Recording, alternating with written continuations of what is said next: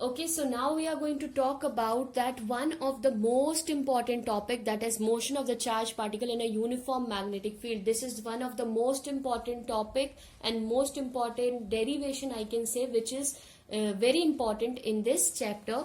So we are going to talk about this, but before we will talk about this, understand few things, okay? That some points you have to keep it in mind.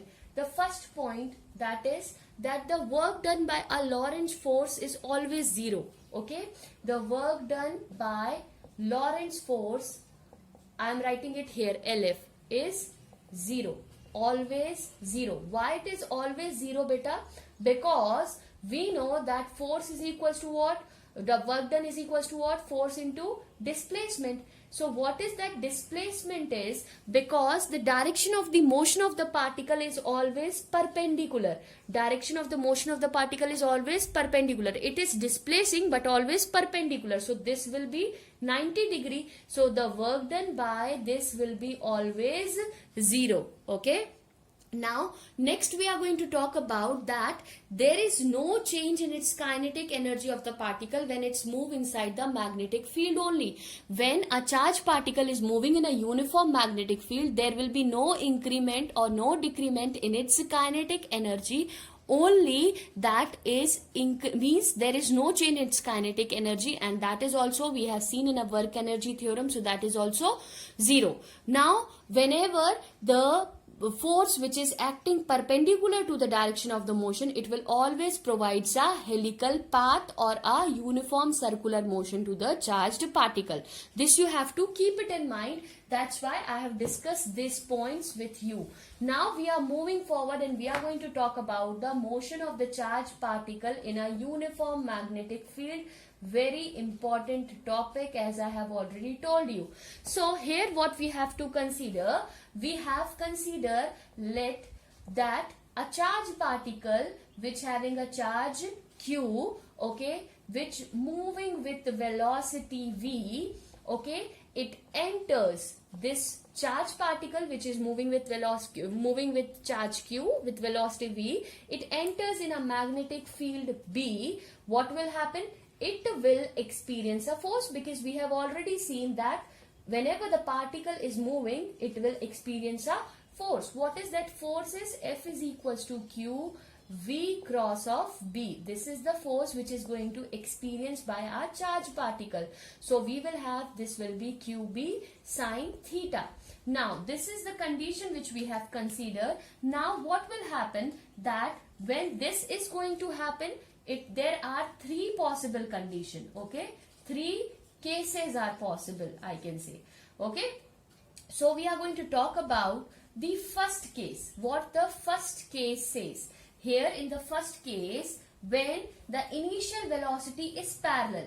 First case says when the initial velocity is parallel, okay, to the magnetic field.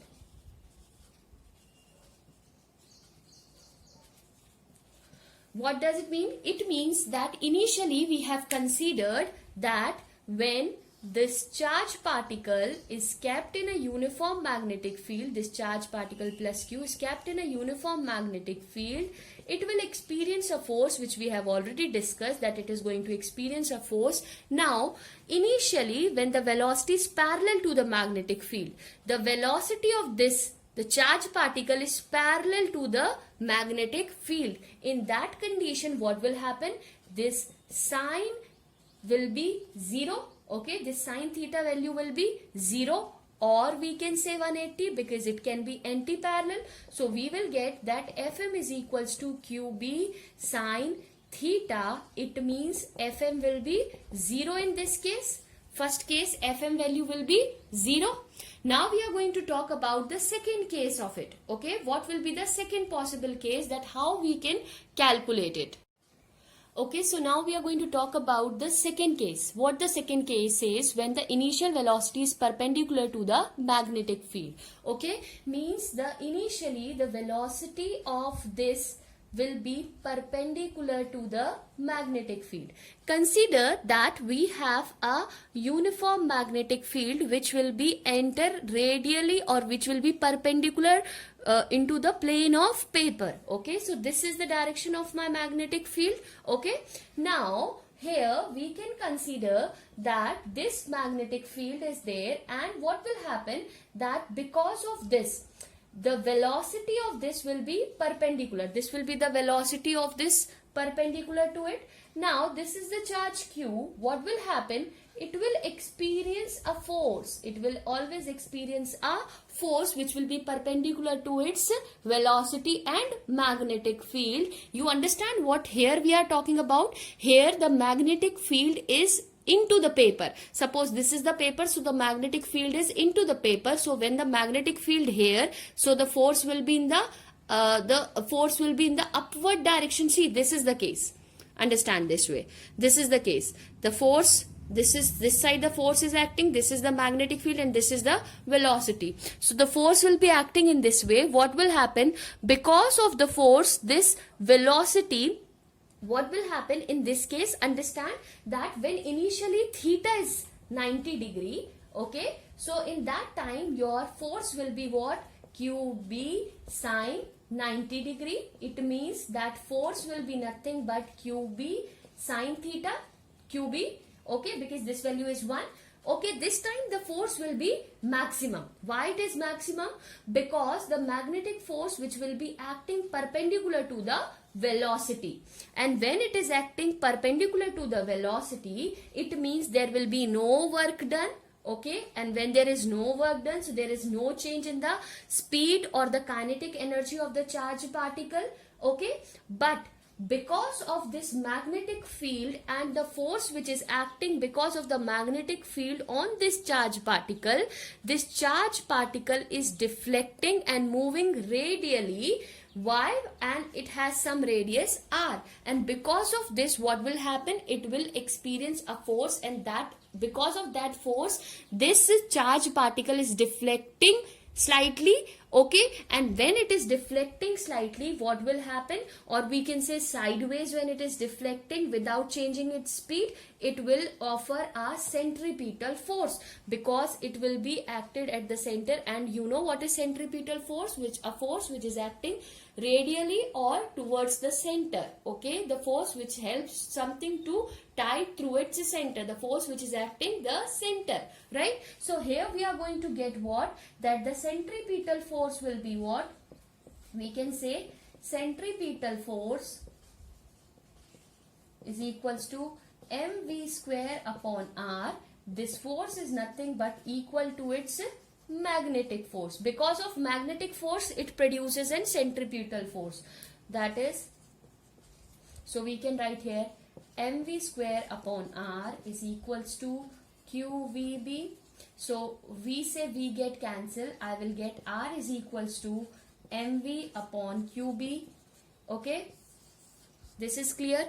Q1, this is clear to you. Now the second case, when we have calculated its radius, we can calculate that is what is the period of revolution. The second thing which I am going to calculate, the period of revolution. So the time period I can calculate. Okay, so time period will be what? Time period is nothing but this is circumference upon speed. Circumference upon speed. So what is its circumference? Circumference is nothing but 2 pi r. Okay, and what is its speed? Speed is nothing but v. So we are going to get the value here as t is equals to 2 pi upon v into mv upon qb. So we say we get cancel. Here we will get the time period is equals to 2 pi m upon qb. So this is the time period. So here we can see that the time period is independent of the velocity of the particle. The time period is independent from the velocity of the particle. Okay. Okay, so now we are going to talk about the third case, when the initially velocity makes an arbitrary angle or arbitrary angle with the field direction. What does it mean? We have considered that we have x and y axis, and along the x axis we have our magnetic field. We have assumed that let any charged particle which have a charge q, mass m, moving with velocity v is enters in the field by some angle theta. It enters in the field by some angle theta. Let us assume that the charged particle plus q is entering in the field. Okay, this charged particle I am writing here, plus charged particle is enter in the field with some angle it is making with this, some angle theta with it. Okay, when it is enters in this, what will happen? That here this is the magnetic field, so we are going to observe that it is going to show a helical path. When a charged particle is entering with some angle theta into a magnetic field, it shows a helical path or a spiral path of the charged particle. Why it is so? When it is going to make some angle theta, so this is going to be resolved into two components, V1 and I am saying it V2.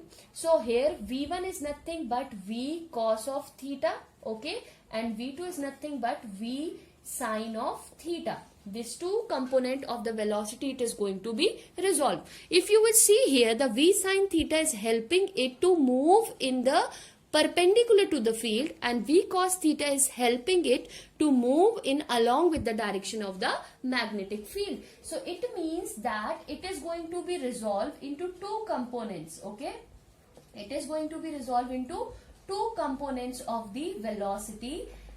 What is that? First one is V1, that is V cos of theta, and the second one is your V2, that is your V sine theta. Why it is so? This is along the direction of the magnetic field and this is perpendicular to the magnetic field. Okay, this is perpendicular to the magnetic field. Here we have already discussed that in this situation the V sine theta component is providing a centripetal force. This is providing a centripetal force to move this particle along with the direction of the magnetic field in the direction B. So here also we can find that centripetal force will be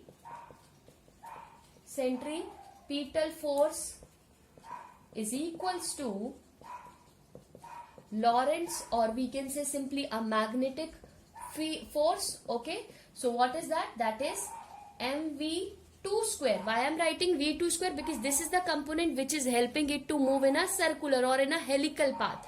So mv2 square upon r is equals to q v2 b sine of 90 degree. So here you can find this one will get cancelled, so we will get here r is equals to mv2 sine theta upon qb. Okay, so this is nothing but my radius which I have calculated. Now if I am going to calculate its time period, okay, so what will be its time period? Its time period we are going to get from here t is equals to 2 pi r upon v2. So what is that? That is nothing but 2 pi m v sine theta. I am simply substituting the value of sine theta qb. Okay, so we will have this is nothing but 2 pi m upon qb. So this is my time period. What is that? 2 pi m upon qb. If you remember the relationship in the frequency and the time period, what is that relation?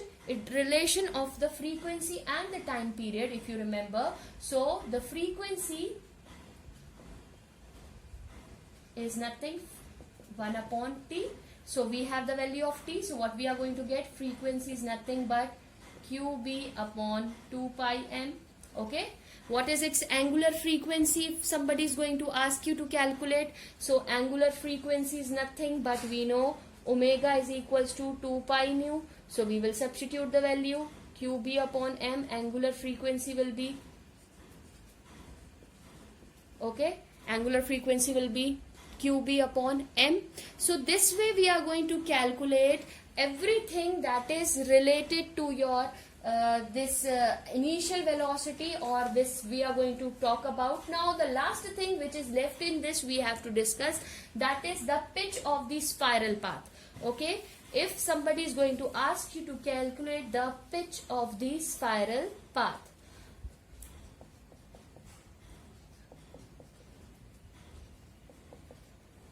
Now the question comes, what is this pitch means? Pitch is basically defined as that, we can simply say that the pitch is what? That pitch is the linear distance traveled by a charged particle in the direction of the magnetic field during the time of its period of revolution. That is called the pitch. So what is that pitch is? Pitch is nothing but a linear distance traveled by a charged particle in a given direction of your magnetic field. So the time period into velocity. So we have the value of this time period. What is that? Time period into V1. Why V1 I am taking? Because this is possible because of the cos theta component is in the direction of this. That's why I am taking it V1.